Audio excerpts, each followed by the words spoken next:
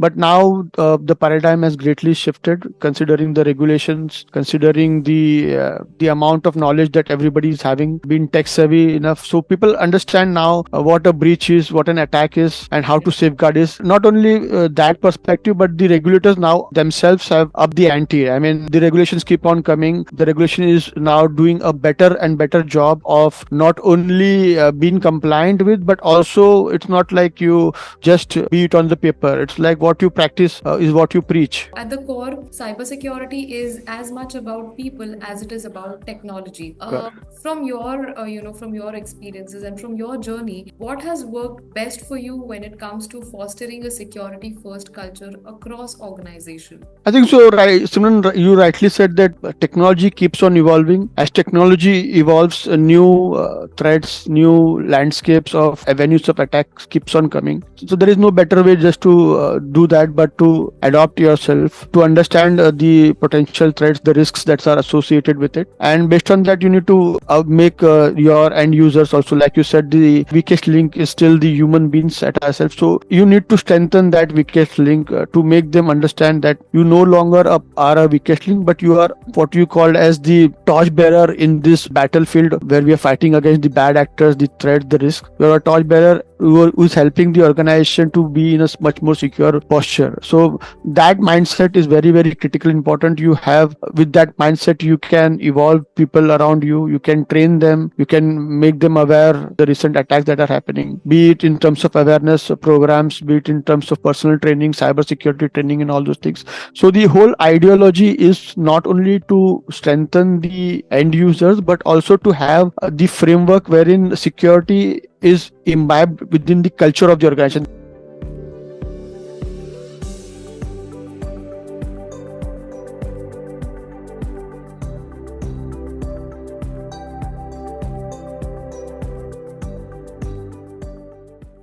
Hi everyone, I am Simran Shivalkar, your host for today, and we are back with a new episode of Voice of CISO series by the Mainstream. Today I have with me Mr. Melwyn Rebeiro. Mr. Ribeiro, thank you so much for joining us today. Pleasure, Simran. Absolutely. Well, I will quickly take a moment to introduce Mr. Melwyn Rebeiro. He is a renowned cybersecurity and compliance leader with over 20 plus years of experience in the BFSI sector, specifically as a Chief Security Officer at Julius Baer Wealth Advisors.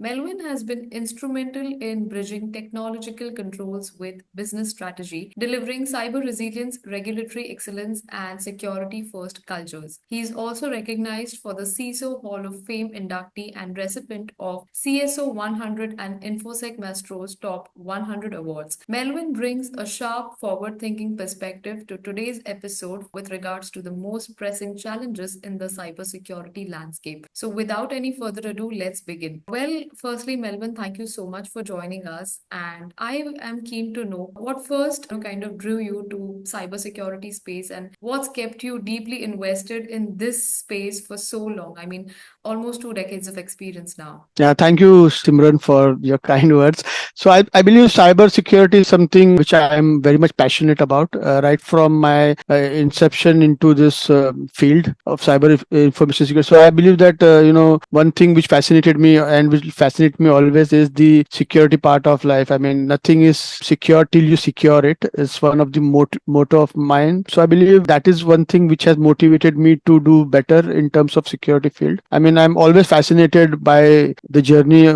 of other people. I'm more motivated with so many veterans in the industry who are actively working in the field of cybersecurity. So I believe that it provides you an avalanche of opportunities as well when it comes to safeguarding not only your assets but protecting your organization's asset as well, protecting on the overall part of the wider platform, the country itself. Like so, one has to have that endurance of security within themselves. So that thing is basically what I started with the ideology which I started with when I was building up my career, and gradually I got fascinated with the security world. Many ups and downs have happened. It's not a smooth journey, you see, because the learning curve is still going on.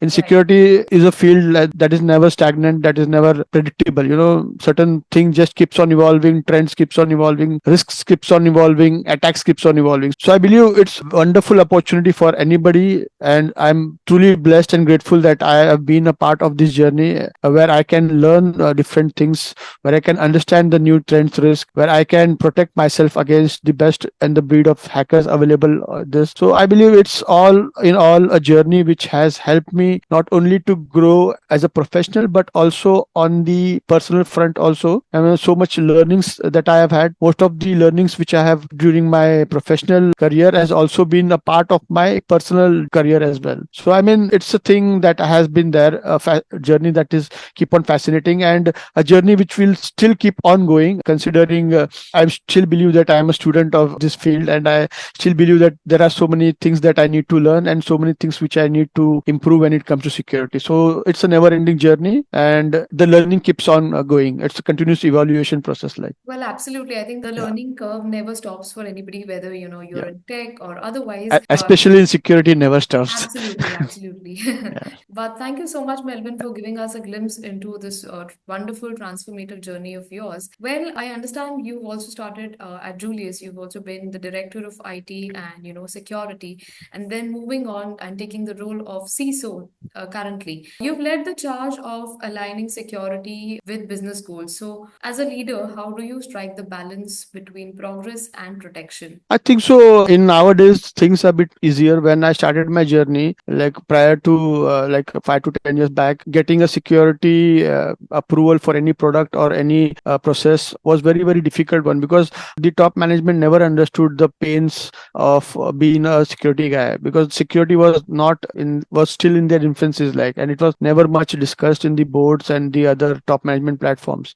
But now the paradigm has greatly shifted, considering the regulations, considering the amount of knowledge that everybody is having, been tech savvy enough, so people understand now what a breach is, what an attack is, and how to safeguard is. Not only that perspective, but the regulators now themselves have upped the ante. I mean, the regulations keep on coming. The regulation is now doing a better and better job of not only being compliant with, but also it's not like you just be it on the paper. It's like what you practice is what you preach. So Right. that sort of a fundamental is still there. So I believe nowadays the task has become a bit easier for the top management and the peers to make them understand related to security greatly. So I believe everybody, the role of the CISO is now currently somewhat, I cannot say it's a little bit lighter, but still on the other hand, people are more supportive when you go there, when you ask for a budget or when you ask for a certain solution or certain strategy when it comes to security, because you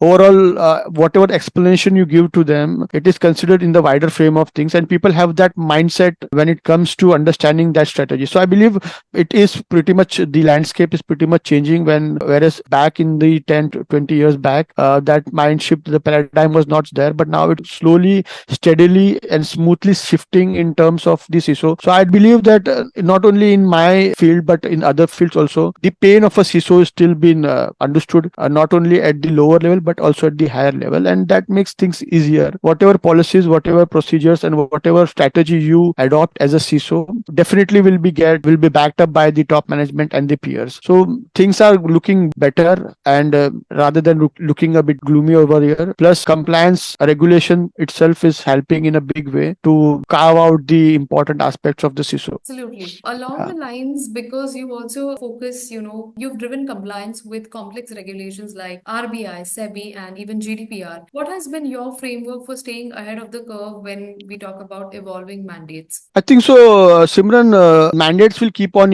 evolving, so you have to have the best of the breed of framework. Like, I mean, if I say, if I adopt, if I'm compliant with GDPR, if I'm compliant with SEBI or the other regulations, I mean, but the regulation will still keep on evolving. But framework is something which is quite steady in its nature. So we do adopt at our end. We are indigenous of different frameworks. Like we have frameworks from, say, ISO or from NIST. So we adopt mixed sort of frameworks, not a one framework which we stick to predominantly, but anything that keeps on coming with the modern technology evaluation, something which we evaluate at our end. We imbibe those technologies, we imbibe those good practices at our end, and that belongs to a larger part of the framework by default. So something which as a culture we have adopted in our organization, and something which keeps on, I mean, evolving. It's not like it's a one stop gap assessment that has been done, but it is something which is evolving considering the new threats that is happening. We keep on studying the different threat actors, the risks, the attack, this, and based on that we try to imbibe different frameworks at our end to become not. It's not a question of getting compliant. It's a question of safeguarding your organizational asset as well as become sturdy and resilient in your approach when it comes to the cybersecurity part. So I believe compliance is still there. You need to be compliant in a big way with the regulators, or else you are out of the business. But the broader picture or the larger roadmap is to have process framework or to be much more aligned with the current threats, current trends, and to imbibe them in the culture and the organization itself.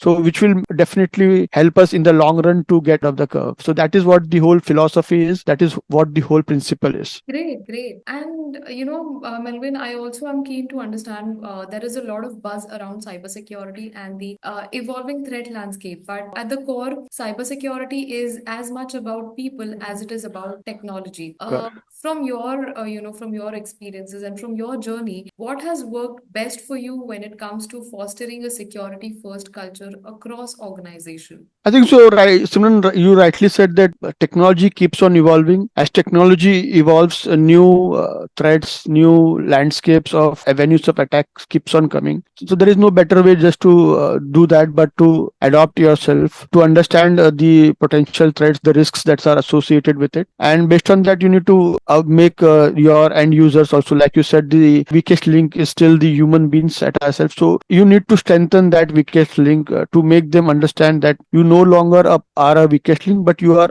what you called as the torchbearer in this battlefield where we are fighting against the bad actors, the threat, the risk. You are a torchbearer who is helping the organization to be in a much more secure posture. So that mindset is very, very critical, important. You have, with that mindset, you can evolve people around you. You can train them. You can make them aware the recent attacks that are happening, be it in terms of awareness programs, be it in terms of personal training, cybersecurity training, and all those things. So the whole ideology is not only to strengthen the end users, but also to have the framework wherein security is imbibed within the culture of the organization. That is what I already explained to you in my previous question also. Correct. So the mindset is to have a security first culture in the organization where things will be much more easier when everybody understands the bigger part that security is critical, security is important, and it is not only the CISO's roles and responsibility, but it is the responsibility and of everybody in the organization, right from the top management to the end users. That is where the organization walks and talks in a united front to defend itself against the best and the best breed of attacks, against the sophisticated attack that is happening. So I think so mindset is one of the critical things, and to imbibe that culture and train the end users is something which you need to do as a part of your journey whenever you are bridging this gap. The gap is still large, but you need to keep on trying to that end till your users are not in a position to understand what a real threat is. So I mean, the journey it's a continuous journey. You just keep on churning over and over again. That is the take on it. Rightly said. So, Melvin, and lastly,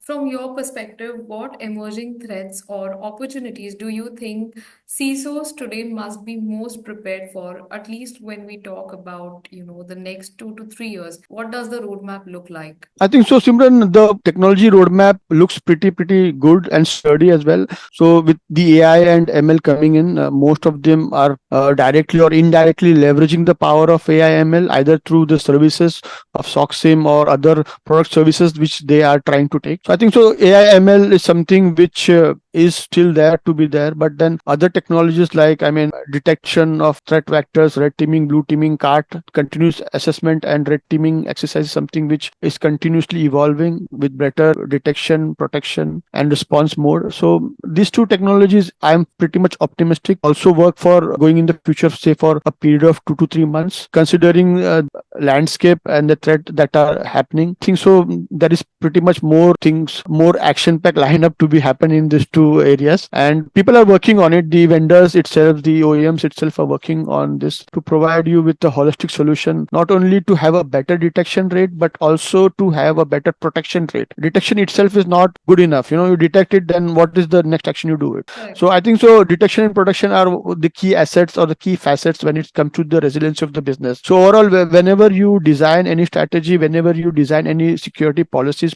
or procedures at your end, resilience is one part which you are definitely definitely looking at. And I think so these 2 points which I have already communicated to you is something which is quite looking at. The other important thing which I am looking forward is for the quantum computing. I mean, still I believe it's in the nascent stage and people still do want to understand the benefits of it. But I believe that somewhere down the line, in a period of in a span of like 3 to 4 years down the line, quantum computing will be something which everybody will take very much pretty much seriously. The regulators currently are pushing you for that currently, but there is not much that seriousness. But I believe within this period of 2 to 3 years, quantum computing is something which everybody should look at. It's still nascent, but the encryption part, the flow of the data and how you protect it is something which I believe will spring into action in a couple of months time. So these 3 things, I am pretty much optimistic when it comes to the futuristic goal, and something which I believe every CISO should look into the background as well, into their environment as well, and try to, I mean, have a, what you can say, favorable environment, or do a gap assessment, have some favorable environment to either pitch it to the management saying these are the things which we will be looking in the near future. Something of a vision sort of a thing which I would say needs to be there for these 3 parts, things like Great, similar. great. Melvin, thank you once again for Yeah. being and for providing your comprehensive view and being so candid throughout. While we wrap up this session, I really want to thank you for joining us today, and I look forward to connect with you once again. Pleasure, Simran. Thank you very much. Yeah. Thank you so much. Thank you. Bye.